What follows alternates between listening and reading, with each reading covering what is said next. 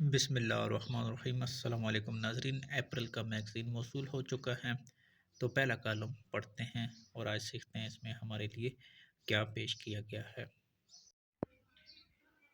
جی ناظرین، یہ اپریل کا میگزین ہے تو چلتے ہیں اپنے پہلے کالم کی جانب کے اس میں ہمارے لیے کیا ہے۔ پہلے کالم ہے کہ بیٹیوں کو یہ دو گر سکھائیں تاکہ وہ سسرال میں ہمیشہ خوش رہیں۔ حال دل ایڈیٹر کے قلم سے۔ بیٹی کے دکھ پر زندگی میں والدین کا کردار۔ زندگی کے 40 سال میرے صرف دکھیارے غم کے مارے، پریشانیوں، ناکامیوں اور مسائل کے الجھے ہوئے لوگوں کے ساتھ ہی گزرے۔ ہوشیار و مطمئن افراد شادی ملاقات میں آئے ہوں، شادی کے بعد جھگڑے، پریشانیاں، ناچاکیاں، مشکلات، حتیٰ کہ نوبت تک طلاق تک نوبت جابو۔ اس کی اب کیا وجہ ہے؟ ایسا کیوں ہوتا ہے؟ کوئی ساس، سسر، بہو، سسرال، آخر اس کا کون ذمہ دار ہے؟ اگر کوئی مجھ سے پوچھے تو میں کہوں گا ماں باپ اس کے ذمہ دار ہیں۔ پہلے دن سے ماں باپ بچے سے پوچھتے ہیں بڑا ہو کے کیا بنے گا۔ اس کے ذہن میں ایک ہی چیز اور ایک ہی تصور شامل کرتے ہیں کہ وہ مالدار، دولت مند، بڑا لوگ اس کے غلام ہوں گے۔ کوئی گاڑی کا دروازہ کھولے گا، کوئی دفتر کا دروازہ کھولے گا، کوئی کرسی گھسیٹ کر دے گا۔ اگر بیٹی ہے تو وہ گھر کی رانی ہوگی، سب کے سب اس کے نوکرانیاں ہوں گے۔ وہ اپنے مزاج سے اٹھے گی، بیٹھے گی، سوئے گی، اس کی منمانی ہوگی، اس کی چاہت ہوگی، بس وہی ہوگا جو وہ بچی چاہے گی۔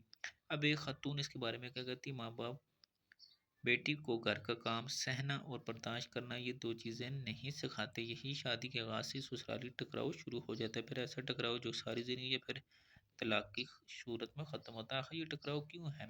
یہ ہر چیز جادو جنات نظر بات ہے؟ ناظرین، میں اس کا انکار نہیں کرتا، لیکن کچھ انسانی رویے، لہجے اور زندگی کا اتراؤ چڑھاؤ بھی ہماری زندگی میں اثر انداز ہوتا ہے۔ اور سب سے زیادہ چیز جو اثر انداز ہوتی ہے، بیٹی کو گھر کا کام نہیں کروایا جاتا۔ ایک سمجھدار خاتون کے یہ الفاظ میرے کانوں میں پہنچے کہ بیٹی کو گھر کا اتنا کام کراؤ، اتنا کراؤ، جو نہیں کروانا وہ بھی کراؤ، اس کے اب کیا فائدے ہوں گے؟ جب بستر پر رہے گی تو اس کے ذہن میں منفی اور غلیظ خیالات نہیں آئیں گے، وہیں سو جائے گی۔ دوسرا، سسرال میں جا کے خدمت کے نام پر رانی بنے گی، دل و جذبوں پر حکمرانی کرے گی۔ ورنہ اگر گھر کا کام نہ آیا اور بہت اچھی یونیورسٹیوں، بیرون ممالک کی ڈگریاں لے گی تو ساری زندگی تہنے اور مشکلات میں کٹیں گی۔ اب طلاق کے علاوہ کوئی راستہ نہیں۔ خاندان والوں نے بہو کی ڈگریاں نکال لی، ٹکڑے ٹکڑے کر کے ہنڈیا میں ڈال دی، ہنڈیا میں پانی ڈالا، اس کو پکایا، وہ ہنڈیا ساری اس کے گھر والوں کو بھیجو، کہا کہ بیٹی نے سالن پکایا، آپ بھی کھائیں اور بیٹی کو بھی کھلائیں۔ ہمیں خود آپ کی بیٹی کو کھلا کر کھلانا پڑانا پڑتا ہے، دھونا پہننا پڑتا ہے، اس کو اٹھانا پڑتا ہے۔ آپ نے ہمیں بہو کیا دی؟ ایک وبال مصیبت دی ہے۔ ناظرین، اب یہ دیکھیں کیسی کیسی چیزیں اور کون کون سی چیزیں ہمارے اوپر پہلے کالم میں کھل رہی ہیں۔ یہ مصیبت ہمارے اوپر ایسی پڑی ہے کہ اب سوائے طلاق کے کوئی راستہ نہیں ہے۔ پھر آپ کی بیٹی بدل جائے، اگر وہ نہیں بدل سکتی۔ زندگی کے 18 سے 22 سال کہاں گزارے، کن جذباتوں، کن سوچوں، کس مزاج کے ساتھ گزارے؟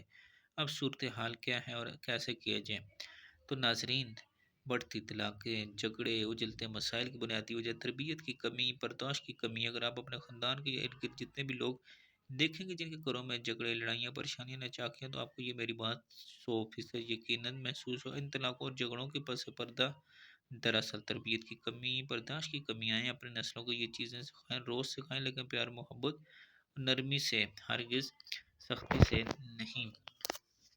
تو جی ناظرین، یہ دو چیزیں یعنی کہ کام اور برداشت، یہ جہاں ہوگی وہاں سہولت ہوگی، وہاں آسانی ہوگی۔ دعاؤں میں یاد رکھیں۔ السلام علیکم۔